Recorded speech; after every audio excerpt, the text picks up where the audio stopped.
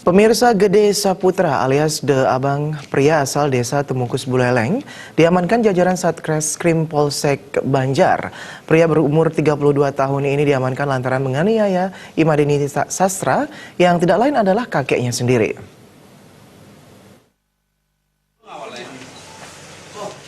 Inilah tersangka Gede Saputra alias De Abang, warga Banjar Dinas Tengah, Desa Temungkus Buleleng.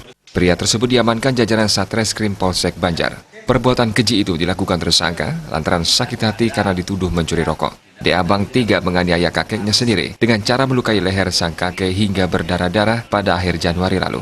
Kapolsek Banjar Kompol Inyoman Sumarajaya menjelaskan kejadian tragis itu terjadi ketika De Abang datang tengah malam ke rumah kakeknya dengan membawa sebilah pisau dapur dalam kondisi mabuk.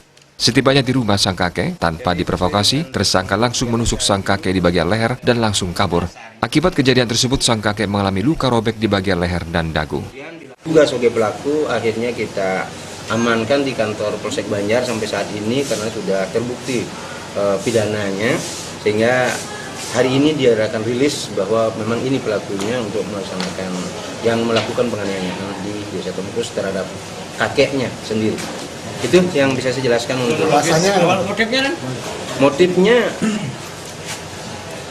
dia menggunakan pisau lipat, ulangnya pisau dapur yang kita jelaskan tadi, melakukan penusukan di leher sebelah kanan sehingga terluka termasuk di dagunya. Dasarnya apa? Jadi dasar penyebabnya menurut interogasi yang kita dapatkan awalnya sih menurut hasil pemeriksaan dia bilang pernah dibilang mencuri rokok, akhirnya dia dendam kepada kakeknya, itu yang menjadi dasar landasan untuk dia. Sementara itu tersangka mengaku sakit hati dan dendam terhadap kakeknya karena dituduh mencuri rokok. Kejadian dituduh mencuri rokok ini sejatinya sudah lama terjadi, namun kembali diingat lagi oleh tersangka. Kok bisa tega segitunya sama kakek sendiri? Masalahnya udah lama, cuma pamannya yang ngasih tahu. Kamu pernah maling rokok di gini. Pas lah, kejadian 2 minggu yang lalu, pas minum di pantai, ingat sama omongan langsung. Berarti dalam kondisi mabuk ke sana? Dibilang mabuk sih enggak. Iya. Habis minum gitu? Iya.